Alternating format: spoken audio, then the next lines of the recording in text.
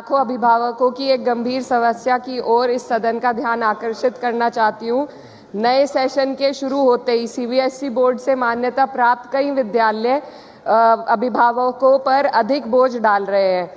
अपने स्कूल में एक दो विशेष या प्राइवेट प्रकाशकों की पुस्तकों को अनिवार्य कर देते हैं, जो सामान्य बाजार में नहीं मिलती हैं तो बहुत महंगी कीमतों पर बेची जाती है। इसके अलावा स्कूल मैनेजमेंट अपने किसी एक खास बुक सेलर को निर्धारित कर देते हैं, जहां से अभिभावकों को किताबें, यूनिफॉर्म और अन्य सामग्री खरीदने के लिए मजबूर किया जाता है।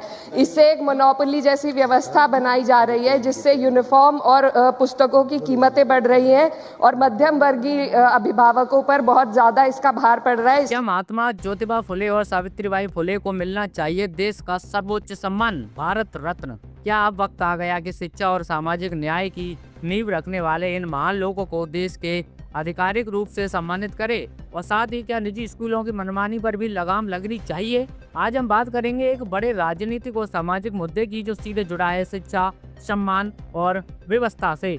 दरअसल समाजवादी पार्टी की कैराना से सांसद इकरा हसन ने लोकसभा के शून्यकाल के दौरान एक अहम मांग उठाई है।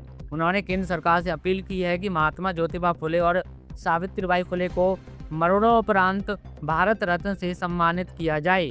इकरा हसन ने कहा है कि शिक्षा समाज परिवर्तन का सबसे सशक्त माध्यम है और इसकी जीवंत मिसाल है ज्योतिबा फुले और सावित्रीबाई फुले।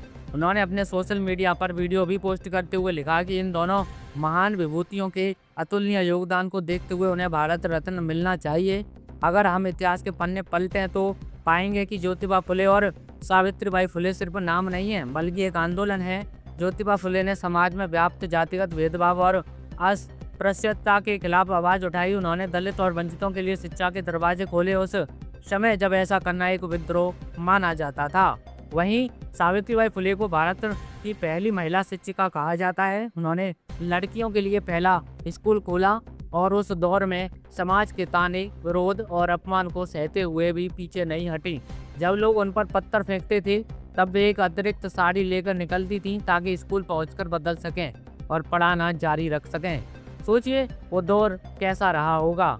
अब सवाल यह है कि दोस्तों, क्या इस मांग के पीछे सिर्फ सामाजिक सम्मान है या राजनीति भी? क्योंकि भारत रत्न जैसे सम्मान अक्सर राजनीतिक बहस का हिस्सा बन जाते हैं।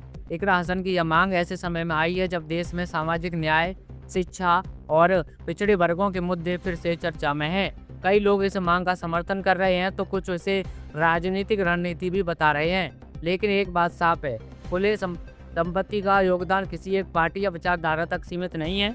इस दौरान इकरा हसन ने एक और बड़ा मुद्दा उठाया। जी हाँ, वो भी बहुत अहम है, निजी स्कूलों की मनमानी। उन्होंने लोकसभा में कहा कि सीबीएसई बोर्ड के कई स्कूल अभिभावकों पर आर्थिक बोझ डाल रहे हैं। स्कूल प्रबंधन एक तय दुकान या विक्रेता से ही किताबें और यूनिफॉर्म खरीदने के लिए मजबूर करते हैं, जिससे अभिभावकों को महंगे दामों पर सामान खरीदना पड़ता है। इकरा हसन ने सरकार से मांग की कि निजी प्रकाशकों की महंगी किताबों पर रोक लगे, किसी एक विक्रेता से खरीद अनिवार्य करने पर प्रतिबंध लगे, यूनिफॉर्म और किताबों की कीमतों को नियंत्रित किया जाए और अभिभावकों की शिकायतों के लिए ऑनलाइन पोर्टल बनाया जाए। उन्होंने ये भी कहा कि अगर कोई स्कूल नियमों का उल्लंघन करता है तो उसके खिलाफ सख्त कार्रवाई होनी चाहिए। इस पूरे मुद्दे पर लोगों की प्रतिक्रियाएं भी सामने आ रही हैं दोस्तों। कुछ लोग कह रहे हैं कि फुले दंपति को बहुत पहले ही भारत रत्न मिल जाना चाहिए था। वहीं कई अभिभावक निजी स्कूलों के खिलाफ उठी इस आवाज को सही ठहरा रहे हैं। सोशल मीडिया पर भी यह मुद्दा तेजी से वायरल हो रहा है। अब देखने वाली बात यह होगी कि क्या केंद्र सरकार इस मांग पर कोई कदम उठाती है। क्या ज्योतिबा फुले और सावित्रीबाई फुले को मिलेगा भारत रत्न, और क्या निजी स्कूलों की मनमानी पर लगेगी रोक?